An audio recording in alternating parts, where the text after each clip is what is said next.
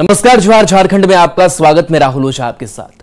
चतरा में चुनावी सभा को संबोधित करते हुए पीएम मोदी ने कांग्रेस और जेएमएम पर जोरदार हमला बोला। पीएम ने कहा कि कांग्रेस और जेएमएम भ्रष्टाचार की जननी है। हाल में ईडी के छापे में जिस तरह से नोटों के पहाड़ मिले, इससे जेएमएम का भ्रष्टाचार उजागर हो गया। उन्होंने कहा कि कांग्रेस ने आदिवासी राष्ट्रपति का अपमान किया। इंडिया अलायंस सत्ता में लौटी तो एसटी, एससी और ओबीसी का रिजर्वेशन खत्म हो जाएगा। साथ ही उन्होंने हजारीबाग के बीजेपी उम्मीदवार मनीष जायसवाल और चतरा के बीजेपी उम्मीदवार कालीचरण सिंह को वोट देने की अपील की।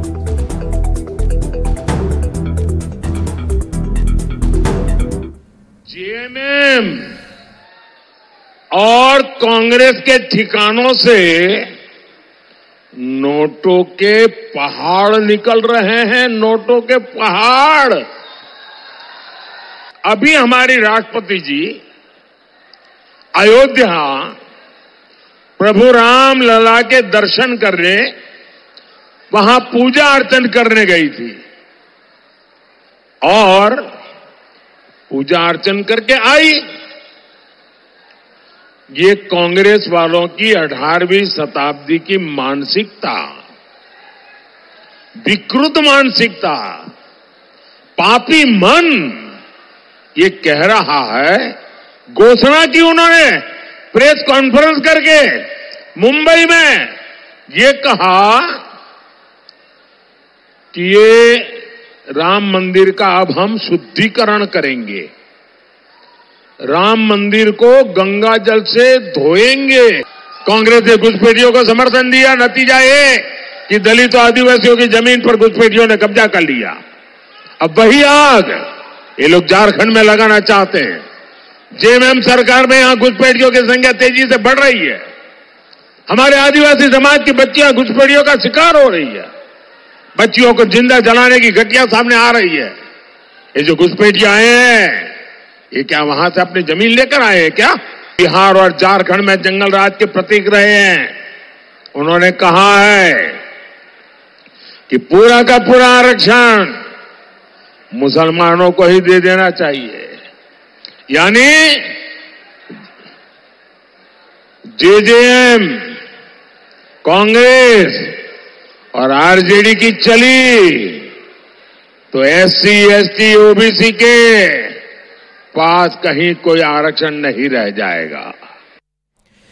चतरा में प्रधानमंत्री नरेंद्र मोदी ने चुनावी सभा को संबोधित किया। सिमरिया के मुरवे ग्राउंड में चुनावी सभा करने के बाद पीएम मोदी जैसे ही मंच से नीचे उतरे, वहां मौजूद जनता उनका अभिवादन करने लगी।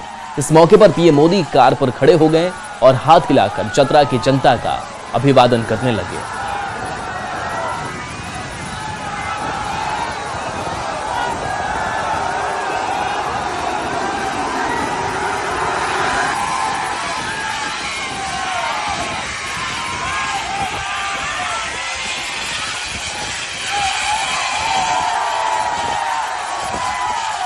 आकर चतरा की जनता का अभिवादन किया।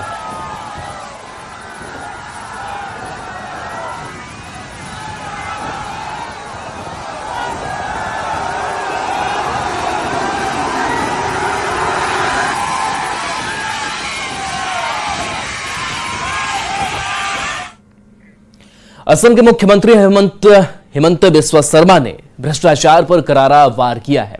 बोकारो में मीडिया से बात करते हुए उन्होंने कहा कि ईडी जैसी जांच एजेंसी नहीं होती तो भ्रष्टाचारी झारखंड को लूट खाते। हाल में राज्य में ईडी के छापे में जिस तरह से नोटों का पहाड़ मिला, उससे जेएमएम की असलियत उजागर हो गई। ईडी अगर नहीं होते थे और 30 करोड़ कहां से निकालते थे? भाजपाओं के और पहले भी एक एमपी का घर में 300 करोड़ निकाले। अगर ईडी नहीं होते वो 330 करोड़ कहां जाते थे? तो भाजपा में भी तो काफी लोगों का होना चाहिए। भाजपा में भी आप थोड़ा सा इंफॉर्मेशन दे दीजिए। झारखंड पुलिस आपका पास है, आप आइए हमारा नेता का घर में, आपको कुछ मना करके।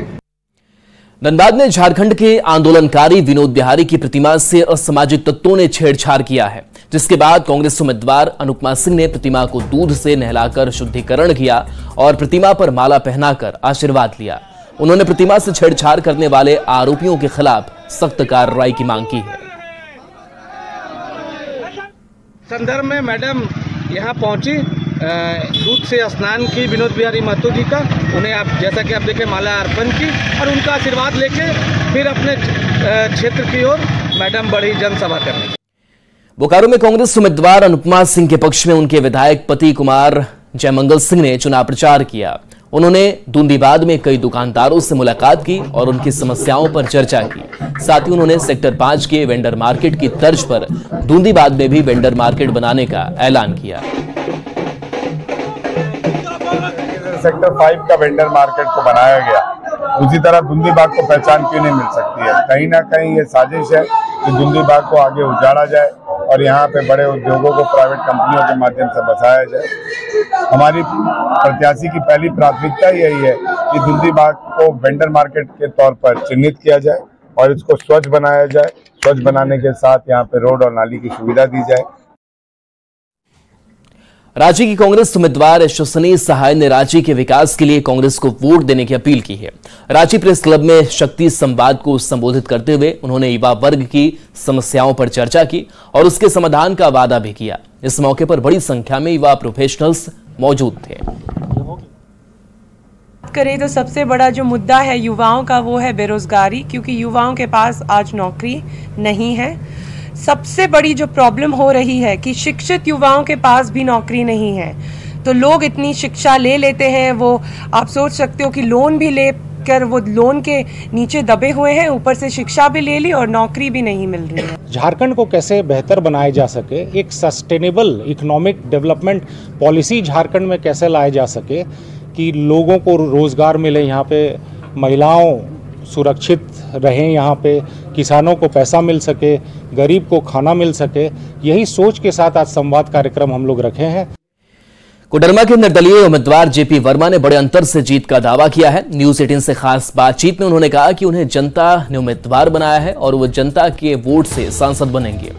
जेएमएम से निलंबन पर उन्होंने कहा कि पार्टी ने देर से कार्रवाई की। उनसे बात की न्यूज 18 संवाददाता रितेश लोहानी ने।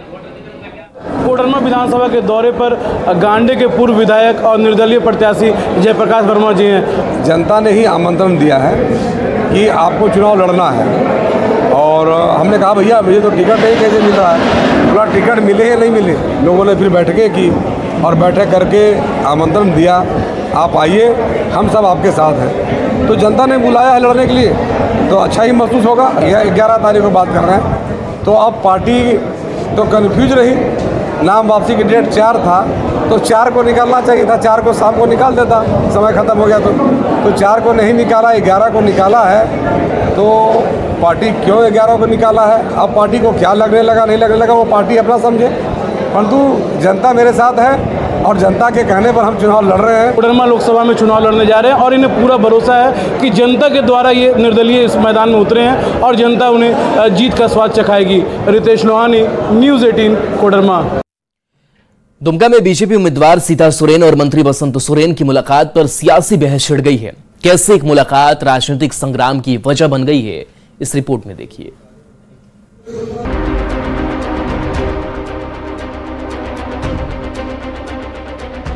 कहते हैं राजनीति में कुछ भी बेवजह नहीं होता।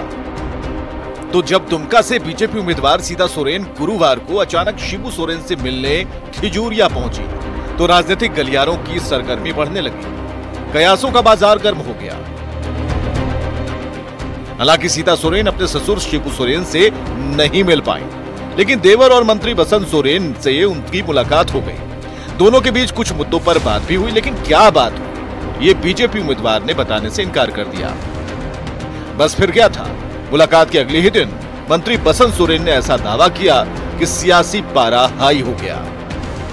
बिल्कुल सही बात उन्होंने कहा कि उनका जो मोदी परिवार में वो गई थी उससे उनका भ्रम टूट गया है। वो वापस सोरेन परिवार में शायद वापस आना चाहती हैं। सोरेन परिवार में ऐसे भ्रम ना पाले जेएमएम के जो पार्टियों वाले। वो मेरा घर रहा है तो इतना जल्दी तो हम किस तरह से छोड़ पाएंगे, घर को कोई छोड़ा नहीं जाता। बसंत सोरेन के दावे पर अब सियासी संग्राम छिड़ गया है। बीजेपी ने तो ये तक दावा कर दिया है कि खुद बसंत सोरेन जेएमएम से उब चुके हैं और बीजेपी में शामिल होना चाहते हैं। सोरेन ने संपर्क किया है क्या बीजेपी किसी नेता से? संपर्क नहीं करने के, लेकिन सभी लोगों को भविष्य भारतीय जनता पार्टी में दिख रहा है, क्योंकि झारखंड मुक्ति मोर्चा, कांग्रेस, आरजेडी जब इस देश में राज्य में जब ये लोग सरकार बनाया है, जनता की गाड़ी कमाई में लूटने का काम किया है, जनता का भला का काम करने का काम नहीं किया है। हार का डर से पूरी भारतीय जनता पार्टी अब हताश हो गई, निराश हो गई। इसलिए अब झूठ का प्रोपगंडा को भाजपा ने एक बार फिर लाने का काम किया है। हमें यह लगता है कि बसंत सोरेन जी गुरु जी के बेटे हैं और गुरु जी ने कभी भी झूठ, सच, फरेब के साथ समझौता नहीं किया। इसलिए भारतीय जनता पार्टी झूठ का बदनाम करके, एक प्रोपगंडा फैला करके चुनावों में एक असमंजस की स्थिति पैदा करना चाहती है। सीता सोरेन जी को अपने परिवार में मान सम्मान की कहीं न कहीं कमी हुई, जिसके वजह से वो भाजपा का दामन थामी। आने वाले समय में मान लीजिए कोई भी भाई भाई से चाहता है कि मेरे को अगला अधिकार मेरे को मिलना चाहिए। अगर बसंत सोरेन जी को कहीं न कहीं अनदेखी या कुछ उनको महसूस हो रहा है, तो वो भी हो सकता है कि किसी पार्टी का दामन थाम सकते हैं, किसी पार्टी में जा सकते हैं, पार्टी को छोड़ सकते हैं। सीता सोरेन और बसंत सोरेन की मुलाकात ने झारखंड की सियासत में नई बहस छेड़ दी है। बीजेपी और जेएमएम अपने अपने दावे कर रहे हैं, लेकिन किसका मन किस पार्टी से ऊब चुका है और कौन आने वाले समय में घर वापसी करेगा, ये तो आने वाला वक्त ही बताएगा। दुमका से नीतीश कुमार और रांची से संजय सिन्हा के साथ न्यूज़ 18। पलामू लोकसभा में चुनाव प्रचार के अंतिम दिन जेएमएम और आरजेडी ने चुनाव प्रचार में पूरी ताकत झोंक दी। आरजेडी उम्मीदवार ममता भुइयां के समर्थन में जेएमएम नेता कल्पना सोरेन ने चुनावी सभा किया। इस मौके पर चैनपुर के हरीना मांडा में सभा को संबोधित करते हुए उन्होंने आरजेडी के लिए वोट मांगा।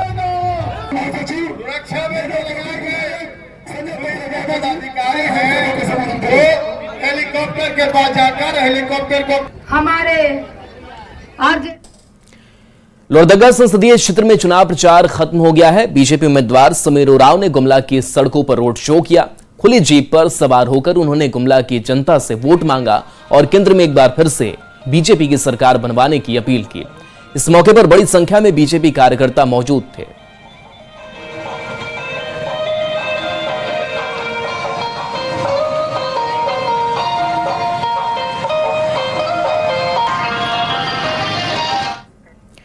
खूंटी में चौथे चरण का चुनाव प्रचार संपन्न हो गया। इस मौके पर खूंटी के बीजेपी उम्मीदवार अर्जुन मुंडा ने चुनाव प्रचार किया।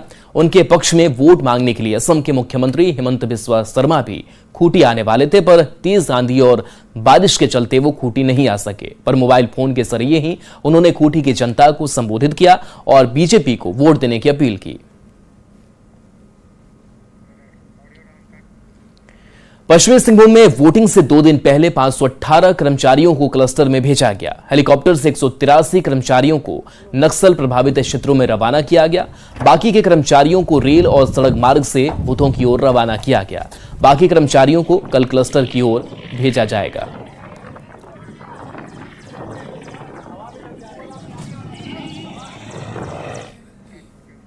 पश्चिमी सिंहभूम के नक्सल प्रभावित बूथों पर हेलीकॉप्टर से 190 मतदान कर्मियों को भेजा गया। इनमें मनोहरपुर, आनंदपुर, छोटा नागरा, गुदड़ी, गोइलकेरा और बंदगांव के नक्सल प्रभावित बूथ शामिल हैं।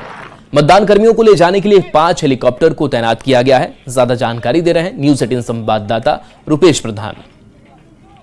आज का 190 मतदान कर्मियों का भेजने का टारगेट है और इसमें से 56 अभी बचे हुए हैं।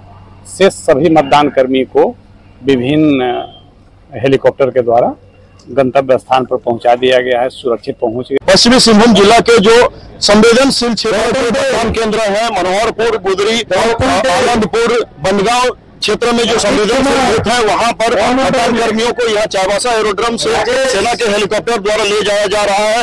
आप यहाँ देख रहे हैं सेना का कई हेलीकॉप्टर, यहाँ पर अभी एक हेलीकॉप्टर भी यहाँ पर पहुंच रहा है। तो कहाँ भेजा जा रहा है? पिंजू जा रहे हैं। पिंजू कौन क्षेत्र में पड़ता है? मनोहरपुर, आनंदपुर। पहली बार हेलीकॉप्टर बैठ रहे हैं? पहली बार जा रहे हैं।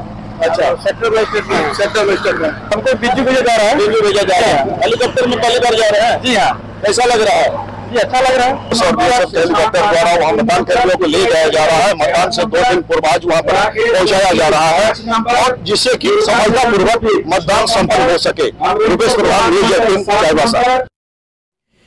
खूंटी और लोहरदगा लोकसभा में पड़ने वाले रांची के इलाकों में चुनाव की तैयारी पूरी हो गई है। यहां चौथे चरण में 13 मई को वोट डाले जाएंगे। एसएसपी चंदन सिन्हा ने चुनावी ड्यूटी में तैनात सीआरपीएफ, आईआरबी और ओडिशा पुलिस के जवानों को ब्रीफ किया और एहतियात बरतने का सख्त निर्देश दिया।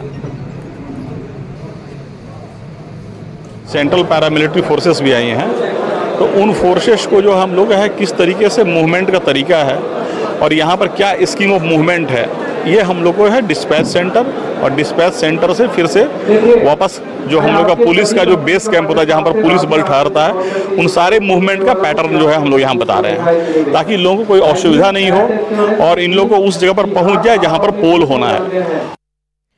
रांची में ईडी की कार्रवाई के बाद से हड़कंप मच गया है। ग्रामीण विकास विभाग में भ्रष्टाचार की जड़ें धीरे धीरे खुलती जा रही हैं। ईडी लगातार ओएसडी संजीव लाल और जहांगीर आलम से पूछताछ कर रही है। ईडी की कार्रवाई पर बीजेपी ने चंपाई सरकार को घेरा है और मंत्री आलमगीर आलम पर भी सवाल उठाए हैं। मीडिया में खबरें आई है सिर्फ 3 महीने का कमीशन का कलेक्शन था, तो आप सोच सकते हैं कि 4.5 वर्षों में ग्रामीण विकास विभाग की कमाई कितनी अरब रुपए रही होगी। और ऐसा है ना कि कहते हैं कि बिना ऊपर के पूरे संरक्षण के ये नेटवर्क चल नहीं सकता। अब मंत्री जी के पीएस के नौकर के यहाँ पैसा पड़ा है, तो छींटे तो मंत्री जी पे भी पड़ेंगी, पूरी रिस्पॉन्सिबिलिटी उनकी भी बनती है। रामगढ़ के अरगड्डा और कूचू रेलवे स्टेशन के बीचों बीच बरवाटाड़ में खड़ी मालगाड़ी से चावल की बोरियां लूट ली गई। इसका वीडियो वायरल होते ही आरपीएफ ने छापा मारा और 4 आरोपी को हिरासत में लिया है।